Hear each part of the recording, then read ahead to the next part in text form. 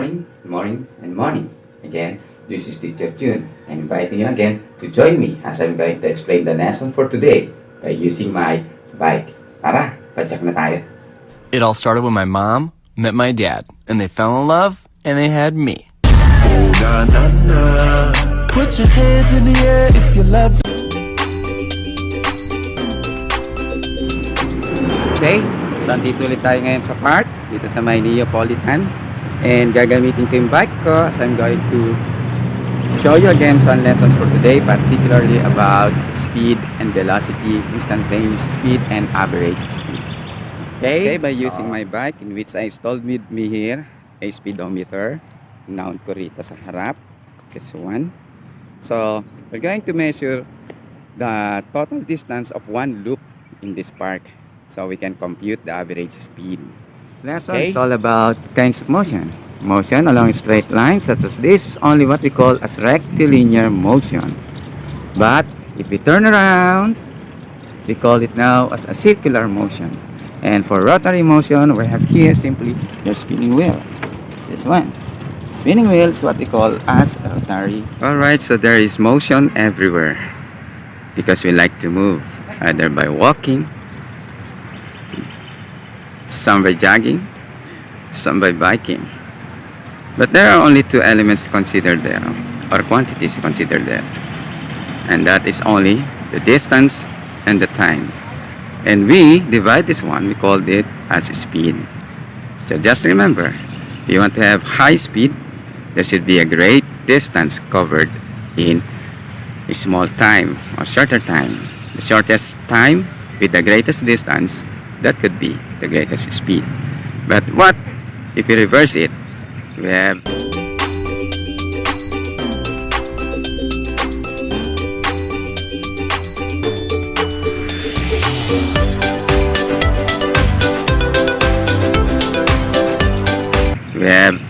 the shortest distance in a matter of the longest time. Oh, just remember, that would be how slow you will be moving. Just one. Motion is also relative, depends upon the position. Example, these riders, though they're moving, they have the same speed, eventually their position just remains the same. So, it's just a chill ride, a group ride among them. Walang iwanan, especially in Philippines where biking is now a fast-growing community. There's a term what we call as budul. And what is budul? Iwanan ka kapag nagbabike ka. But if you have the same speed all throughout, you are assured that they will be your company throughout your journey. Alright, just a short explanation on the mechanism on how this speedometer and odometer works in my bike. So this is the what you call as the monitor. And then that's here on my fork is the sensor. It's going to sense the magnet that is attached to the spoke so that when this wheel rotates, right there, will be recorded here. So every time that this magnet passes through this fork, that is actually one complete revolution of this wheel. And that revolution of this wheel, my bike is a 29er, so the circumference of this is about 2 meters. So that rotational motion of this or revolution of this, what you call as tire, would be converted into linear. Then it will be interpreted and recorded again in this monitor into kilometer per hour. So as easy as that.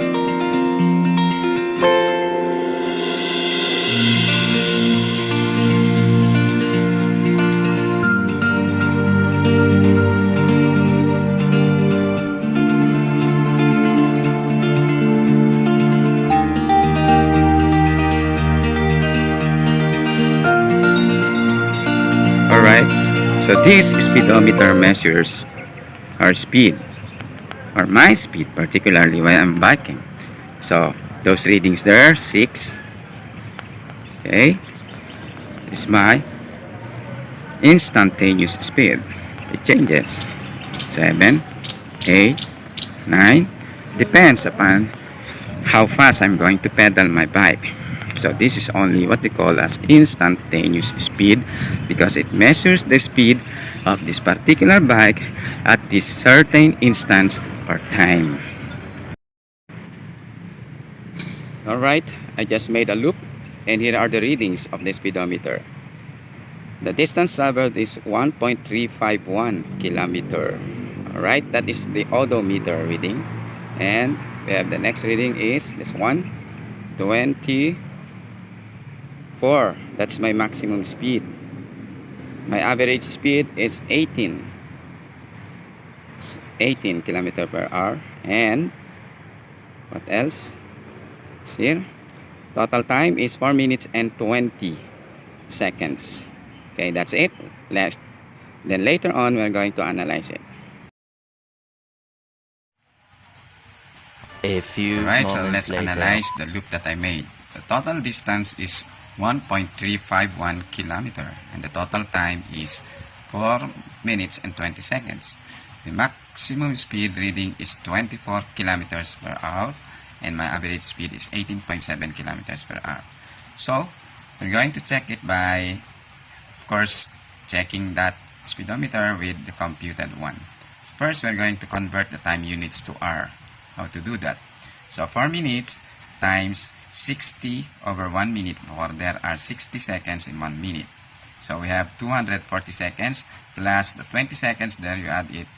240 seconds plus 20 seconds, 260 seconds. Now 260 seconds I'm going to convert into hour. So 260 seconds times 1 hour, and for every hour there are 3,600 seconds. So we got there 260 hour divided by 3,600 is 0.72 hour. Then the total distance is 1.351.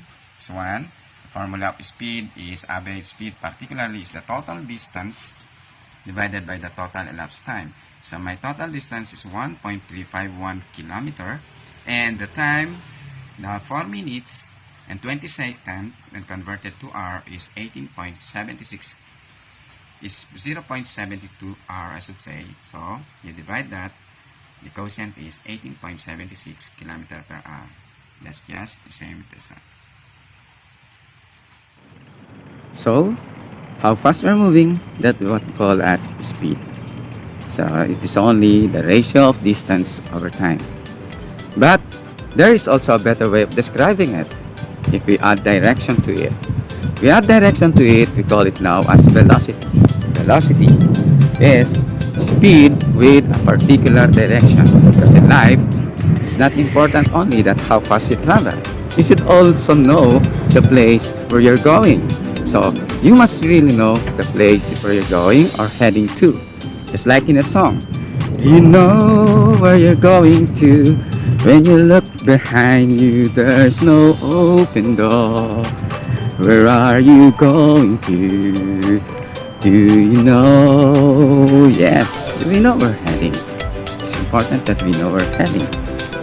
So in the same way, we will not be lost in our life.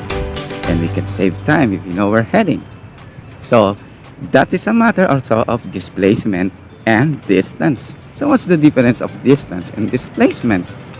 Distance is for speed and displacement is for velocity. Just imagine your entire route in having a loop or going to your school from your home or houses. Those little paths that you took along the way, you call it as distance.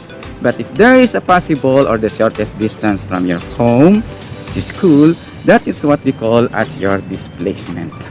Displacement is always the shortest distance from your point of origin to your point of destination.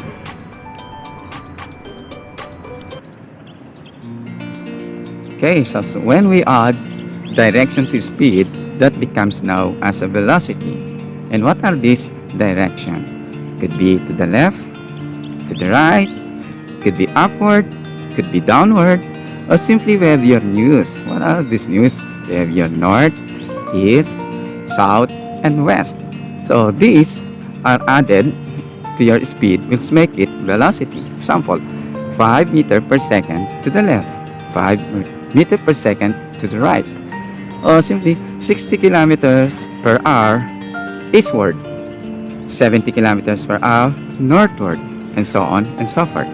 Now, additional information, what's the difference between directions with S and direction without S?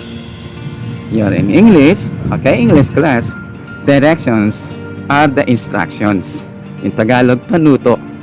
Whereas, direction without S refers to location geographically.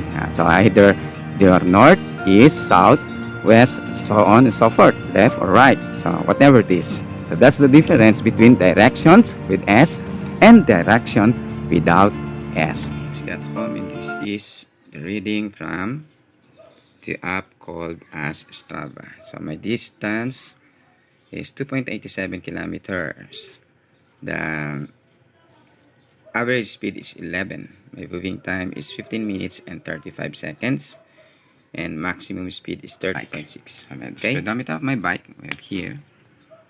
The distance is 2.772 kilometers. Okay, let's check the other one. How about? Okay.